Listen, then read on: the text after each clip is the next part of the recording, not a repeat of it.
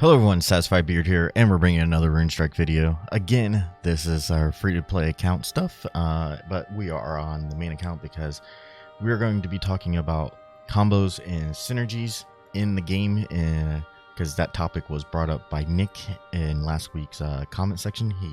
He asked for it, and I went ahead and did a little bit of digging about some combos that I've seen that I've used as well too. And yeah, so we're going to talk about those. However, though, before we actually jump into the video, hopefully today I have earned your subscription. So if you want to, there's the red button down there. Go ahead and click it. Also, to make sure you hit that bell so you get notifications of when we upload videos here. And if you're liking this content, hit that thumbs up, of course, or just go ahead and punch it straight in the mouth.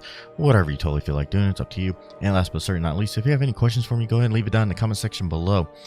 The other thing that I want to mention as well too, before we actually go ahead and get into these cards, is in Monday's video I put it in the comment section, but November 10th, what I would like to start doing is kind of showcasing your decks. If that's something that you would like me to play, you can contact me on Twitter or even in the RuneStrike Discord as well too. You can private message me in either of those platforms, and we can talk and discuss about your decks, because I want to showcase you all. I want to showcase your decks. If that's something that you would like to participate in, go ahead, like I said, go ahead and contact me. Again, I would like to start that November 10th, so it gives me a little bit of time to kind of get some decks together and get it going and snowballing and everything like that. So it could be a lot of fun seeing some other people's ideas and some synergies with their decks and combos as well too that they may be trying to pull off.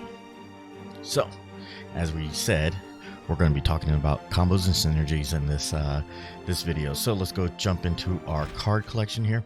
The first card is a card that does not see play, and I wish it did more, because I think it's a really cool card. It is Thor. I think this could be a really cool combo synergies with a spell deck. And like, I was thinking which champion we could be possibly playing this in, and Tessa came to mind for me personally because of her A2 ability, being able to get a spell from either Chaos or Myth and everything along those lines.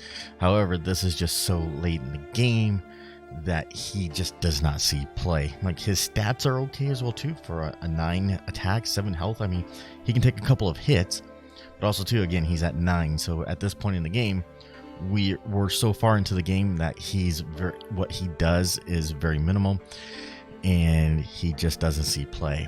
Maybe if we lowered his cost of his mana, he might see a little bit more play, but it would have to be something else as well too along the lines, because as you can see from the text, whenever you cast a spell, deal damage to all enemy minions equal to their damage. That's also what's going to hinder him as well too, because if your opponent has some really low attack power creatures out there, he's only doing the low attack power. He may not be wiping the board like what you would like for him to see. Maybe changing this into however much mana you spent or whatever, and like if you played a 2 cost, it does 2. I don't know. Again, I'm just throwing out ideas, but I think he needs a little bit of a rework to make him more viable. But I like his idea behind him and the possibility of combos and synergies with him, hopefully in the future. The next one was kind of talked about a little bit. It's kind of died down a little bit, but it does come up every now and then. It is the Awakened Earth. We get this from Emery's, the champion Emery's at level 7. Those are when cards unlocks for us.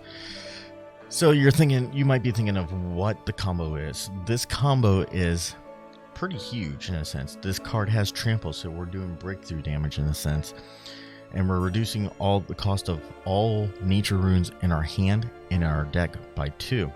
The other piece of this combo is a 2 cost card, so now it's a 0 cost, so we're able to play this in the same turn. It is Ambush.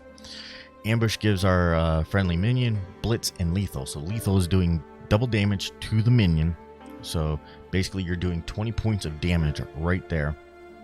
And if we play this in a Laura deck or even in an Ogma deck, and we have a bunch of blood saved up for both of them, Laura's A3 gives us speed, so we're attacking an additional time as well too, you know. With Ogma, his A3 gives us Frenzy. His A2 does 2 points of damage, so we can soften up that opponent or that creature a little bit more as well too, to help us push a little bit extra damage. So this is definitely kind of not a complete sore spot in some people when you talk to them about it, but they do feel like it's a little bit over-tuned. But at the same time, it's a 10 cost card that we're pulling this off with, along with A3 abilities that cost 5 blood. So there is that to take into account, because at some point the game has to end, and at what point is that okay for people, for when the game is actually ending? This card is just saying, when I play this card, this card is saying, I'm ending the game now, or we're ending the game in the next turn or two. You better finish me first, because this game's done. I'm done playing. I want to go play the next game. So yeah, we're gonna stay in nature for the next combo that I kind of thought of, and I think it would be pretty cool, and I want to mess around with it a little bit because I want to see how effective it would be. Great Elk, we don't see too much of Great Elk because of his nerf to him, because it used to heal himself. Now it just heals your other minions, are restored to full health. Okay, so it doesn't really see, like, within a couple of turns this is dead, and then the minions are starting to die again on the board. Before, this thing could stay alive for a while and keep your board alive for a while. It was really difficult to get through. The card that I was thinking of to combo with this card is this card right here, Regrowth. It's a epic as well too. I'm going to talk about a little bit about the cards at the end as well too. It's a Regrowth, and it says target minion restores full health, so it goes back up to full health. And on rally, so on the when it comes back to your turn, it's restoring to full health. So if they can't kill that 7 health, and along with like even putting this into an Emery's deck as well too, his A2, and boosting your Elk even higher, just making it more and more difficult for them to kill, I think your board could be pretty safe of where it's at. It's going to be very difficult for your opponent at that point to remove your board. And yeah, that's kind of what I was thinking about with this combo, and I think it could be a pretty good combo. It's just I would need to do some testing with it to see how good it could possibly be, but it has potential, I think, for sure. Okay, the next one, again, we're staying in nature here, another 5-drop. Okay, I'm sorry about the weird cut. My daughter came in while I was recording, just so you know. But we're going to talk about Brigid here. She's my favorite legendary overall. I really love this card. She used to be a 4/6. She got nerfed down to a 4/4. I guess they feel like she's in a great spot because she hasn't had another nerf or another buff into. But I still think she needs to be buffed because of only 4 health and everything like that. So I think she's pretty susceptible to a lot of things that come out onto the board around this time frame and stuff. And the value that we're looking at this is her health can turn to attack onto another minion. So basically it transfers. It doesn't really transfer. It takes the 4 health and you can put 4 attack onto another creature. What we're looking for when we do this, though, is we're looking at speed creatures onto the board, hopefully for us, or just really big creatures that might have trample on it, so we're pushing that extra damage. Those would be the ones that I would be really looking at, or with strike as well too. That's another good keyword to be keying in on with Brigid as well too. Those are the ones I usually try to target the most and everything. We're going to be jumping over to Myth here, staying in the 5 costs. A lot of 5 cost cards, a few 5 costs. This is the 3rd one now that we've come across. It's Void Mage. RT Chomp GG, he talked about it in his Darlock video, and I totally agree with what he says about Void Mage. Void Mage, as you can see, it says draw a random spell from your void. We can kind of dictate this a little bit because we can know what we already have in there. Like as we have here, as you can kind of see right above my camera here, there's Arcane Overload. So we can play an Arcane Overload, and if that's the only spell that we've played at that time and we drop a Void Mage, we pull back that Arcane Overload. So again, we can kind of dictate this early on in the game. As we get further into the game and we pull our Void Mages later in the game, we might have already played a handful of spells, so it's a little bit more tricky in that sense. But we can pick which spells we kind of wanting that focusing on and everything like that. The high priority ones like Serve the Source is another good one to be pulling back. I mean, that's 3 damage and reducing a card in your hand. You know, Arcane Overload's still a decent card overall. You know, like, even though it does damage to you as well too, still a good card to be playing it in myth decks, obviously. I think, especially if you can hit it early on in the games to kind of gain tempo with that card, and Void Mage being able to pull it back as well too for us. So again, solid card right here. It still sees a lot of play, and there's definitely some combos and synergies built around this card and everything for sure. Next card that we're going to be talking about is a card that we kind of saw during one of the seasons, but it's kind of died off a little bit. But I wish it would come back because I think it has some real potential. It's Anubis. Anubis is really, really cool. I like the effect that we get from it. Our berry minions trigger twice, so it means our Avenging Angels are doing 8 damage instead of just 8 overall on 4 and then 4, so 8. So it can do 16 points of damage in those 2 turns as long as Anubis is out. And there's another way that we can make sure that we get this proc Avenging Angel. Like I said, we can go right here and play Death Knell, target the friendly minion, it triggers its bury ability, and this minion dies at the end of its turn as well too. So we can push a lot of damage with this as well too, in a sense, comboing it with Anubis and bury minions as well too. Let's see here. Just trying to think of something like Corpse Demon. Yeah, I don't look at that one because that's early on play. But even Bone Knight, giving your undead +2, like being able to trigger that 2 times, that's pretty cool. So now you're getting 4 damage with him and everything like that.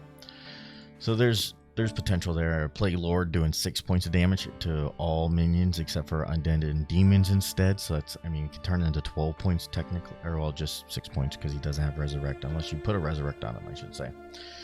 But yeah, I think I like Anubis as well too. There's some combos and synergies there around some buried cards that really haven't been touched. I think people played for it a little bit and then kind of brushed it off to the side because I think some people might want more buried cards, and it might become a little bit better and stuff. The next combo is something that's been nerfed. It was a 3 cost, now it is a 4 cost, and I still use this card. Is Desperate Charge, along with Torque Ward Leader as well too. This is a really good combo piece in a sense, because Torque Ward Leader, as long as you have a warrior on the board, let's see here, where is he at? We'll pull him up real quick. There he is.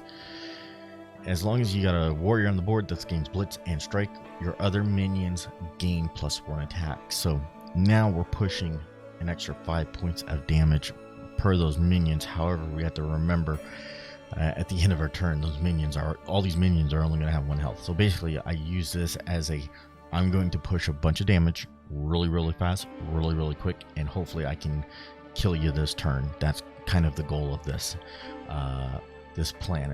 If there's no minions like out on the board, that's when I'm really trying to push. Using it in correlation, Desperate Charge with as well too. Longship Raid, because these give you 3 Viking Raiders, which are 2/2, and they don't cost anything, so you can really combo it off at that point. You got to wait a turn, you have to play your Longship Raid, and then play the other pieces like the next turn, in a sense, because these are 0 cost, you're able to play all of it at once. So it's a pretty nice little combo piece right there. These are one of my favorites synergies. We're going to talk a little bit about synergies here. It's Earthens. I really love Earthen decks overall. I like Earthen Crow and I like Earthen Keeper. I think they're really, really solid. I think they can be really good mid-range kind of decks with the Earthens. Because as you can see, Legacy Tree here, once it dies, because it has Vast, so flying creatures can't get over this as well too, it becomes a Treant Goliath. A Treant Goliath, whenever you summon Earthen, this gains +1/+1, so it can snowball out of control really, really fast. And usually when I'm building my decks with Earthen in mind, Island Turtle is definitely being included in that with synergizing with it, because Island Turtle can conjure into another Island Turtle, so you can snowball that out of control as well too. Conjure, we get to pick 3. It gives you 3 runes, and you get to pick which one you want, depending on what's in front of me.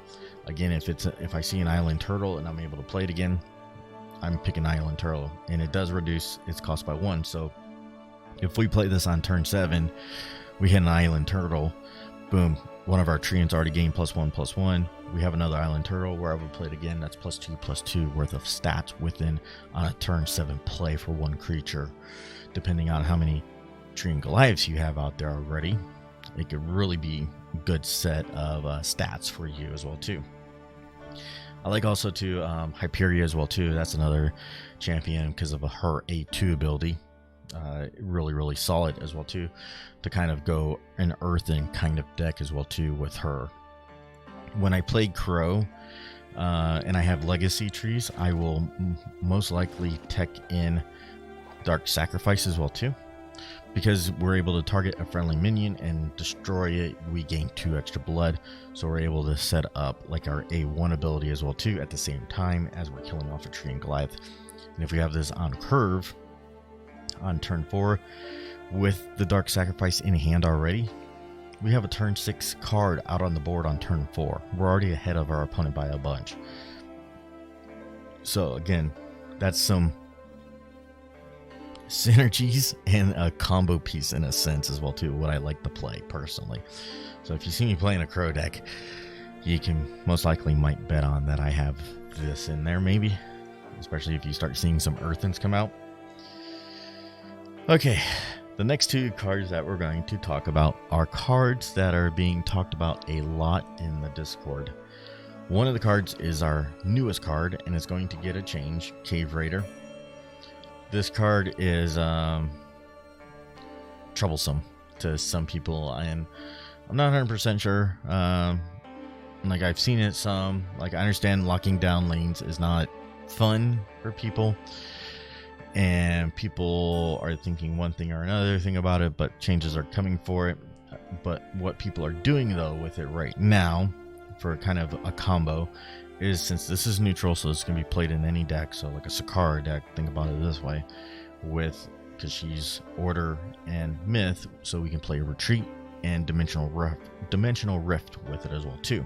So we're able to bounce Cave Raider back into our hand and replay it and basically lock down our opponent's board within the first few turns, and then we can just dump flyers out after that, and our opponent can't do anything about it unless they have cards that can either consume, or if they're playing a Sakara, or if they have a self-targeting removal, basically a combust for that card. So, but yes, this card will be changed, and it'll be interesting to see what happens to it, to see if it still sees play, or if it just completely gets killed off because of the changes. Time will tell. Okay, the last card that we are going to talk about. This card is definitely being talked about a lot, and it's a card that I don't even have, as you can see. It is Odin. Odin is a 10 cost. What people are doing with this one is kind of the same thing with Cave Raider, where they're bouncing it, or they're playing Sakara and everything like that. Again, being able to bounce it with Retreat, being able to bounce it with Dimensional Rift, copying it with a Loki, transforming into it. So I personally, this is me personally, I don't have a problem with this card. Of what it does, I do not. I don't care. Again, this is a 10 cost card. This card is saying this game is over. I'm ending it now. You better beat me, basically now, or I'm going to end it in the next turn or two. What I don't like about this card is how it's like you can transform it and you can get it from a Loki, or if you transform it from a Sakara A2, you still get the War Cry. I really think the wording on this needs to change, for just like Brigid says, played from hand, and I think that goes for any War Cry almost out there. Some War Cry are a little funky, some of them are a little bit different, but I think all War Cry minions should be played from hand hands down. That's what it should be. That's how. So then it's just straight across the board. So there's no question about how a war cry works or whatever. It's you play from hand, you get the benefits of it. End of story. Again, I overall don't have a problem with this card. It's a game-ending card. It's a card that it's there to end the game, and it is what it is. They're going to make changes to it, so again, this is another card that we'll see what happens to it once they make the changes to it down the road and everything like that, to see if it actually kills it or if we still see it. My bet is that we might still see it for a little bit, and if it's not living up to what people like, it'll go away. And yeah, then now what do you do then at that point? You got to figure out that balance. You can't go back to this because this was overpowered and everything like that. You have to go up and down in whatever you've done on the card, the description. So we're gonna end the video there. We're not gonna talk about any other cards. No more cards. I tried to go as quickly as I could through all this, so hopefully it all made sense. There's a bunch of other cards that I can believe that can really work well together, and there's just other cards that don't. And that's the great thing about where we're at right now, because we don't have a leaderboard like most other card games out there. So we're able to mess around with stuff more because there's really no repercussion for us as players on ladder right now. It's go have fun, enjoy the game, figure out something, you know, like I'm going to try this today, like my Faith Soldier deck from Monday. You know, I was just like, I'm going to try this. It didn't have a lot of soldiers after a while, but I still tried it initially, and I saw the pitfalls of it. Faith still needs a lot of top end cards personally for her, but again, it's fun to try these things and just really go crazy with it and go test it out. And if it doesn't work, go back to the drawing board, see what you should be doing every single match for your combos and your synergies that you're looking at as well too, is looking at your hand, seeing what cards you're playing, see what cards are staying in your hand that are dead. Take those cards out first, of course, because you're not playing them, so get rid of them initially as well too. When you're building a deck, as you saw, there's quite a few epics. I personally like epics more. Legendaries are very impactful, don't get me wrong with that, but epics keep our decks together and they help with synergizing more, I believe, in almost any card games out there, because we can run more copies of epics here, you know. But yeah, just play around with it, have fun. And for the next video, I was thinking about maybe talking about like building decks, if that's something that you would like to see over the next few weeks, like do an aggro deck, do a mid-range deck, do a control deck kind of build, and what we're looking for. So if you want something like that, let me know down in the comment section below as well too. So yeah, like I said, we're gonna end the video. I'm done rambling. So if you made it this far, I appreciate you as always, and until next time, hopefully your adventures are always satisfying.